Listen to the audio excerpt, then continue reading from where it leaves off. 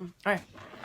Hey ladies and gentlemen, welcome back to another one of my reviews. I apologize in advance that this review is a lot shorter than my other ones, because I really don't have much to talk about, not because the movie's bad, but because I feel like the fact that I'll be able to get out my thoughts in less than 10 minutes.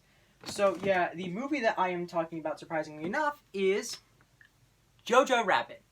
Now, I mentioned last video about how I couldn't find a screening near me, even though I really wanted to see JoJo Rabbit. And luck has it, screenings near a theater near me popped up, and I literally saw it today. It's the latest film from Taika Waititi, and it's about a young boy named JoJo who ends up growing up in he's a 10-year-old boy during the Nazi regime, so of course he's all for Hitler, the Hitler Party, the Nazis, all that.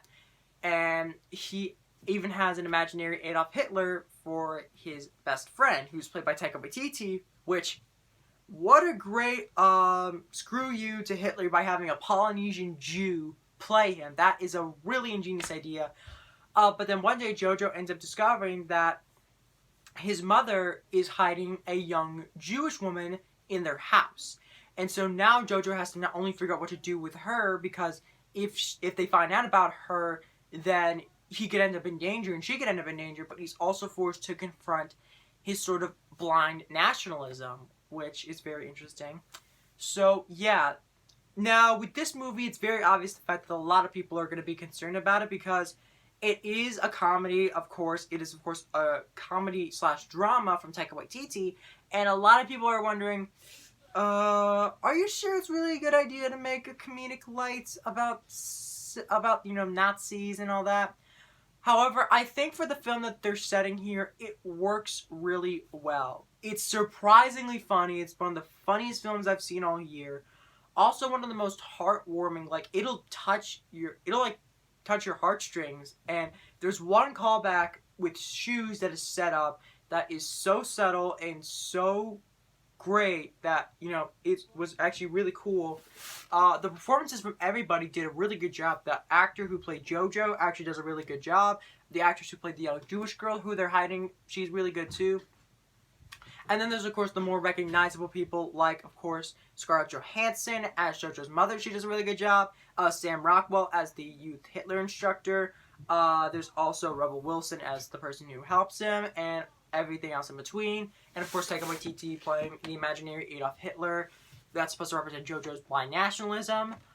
But, yeah, not only that, but I also really enjoyed the message that this is trying to send, especially in a day and age like today. This is the kind of message that needs to be sent, in which we should try and be more tolerant and try and spread more love and less hate, which, yeah, that's definitely a really good statement and a really good message, because I really want to stop looking through YouTube and always trying to figure out and see videos like, why this sucks, or why this is ruining this beloved property, like this company's ruining this beloved property. Something about how Disney's becoming this unstoppable monster or whatever, which that one actually does have a bit of merit to. In fact, this is distributed by Fox Searchlight, which is a subdivision of Disney now, which I'm glad they didn't chicken out and didn't release it. I'm glad they didn't cancel it. They actually had it come out in theaters and had people, think about it for themselves. And for the most part, people really enjoyed this movie. And I, for one, I knew for a fact that I was probably going to like the movie, but I didn't think I was going to like it as much as I did. Like, this is really good. Like, so yeah, I really don't have that many negatives on it. The only sort of negative that I can see with people is that this seems like that, they're taking a very serious subject matter, like, of course, stuff like World War II, Gestapos, Nazis, the Nazi Party, all that, and Hitler, and portraying it in a comedic light.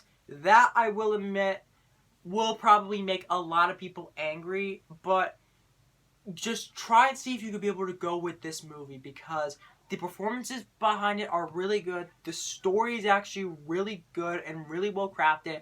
It is really funny. It's a very great comedy, while also having a lot of really good dramatic moments in there as well. And all around, it is just a really good movie. I love JoJo Rabbit. It is one of my favorite films of this year. It's probably my top 10 favorites of this year. Definitely when I make that video, I will include JoJo Rabbit on there. So yeah. In the end, I'm going to give JoJo Rabbit a 9 out of 10. I hope you guys enjoyed. So to make up for the shorter review today, tomorrow I'm going to be putting out my general thoughts on the first 2 episodes of The Mandalorian. So get ready so look forward to that. And as always, stay gold.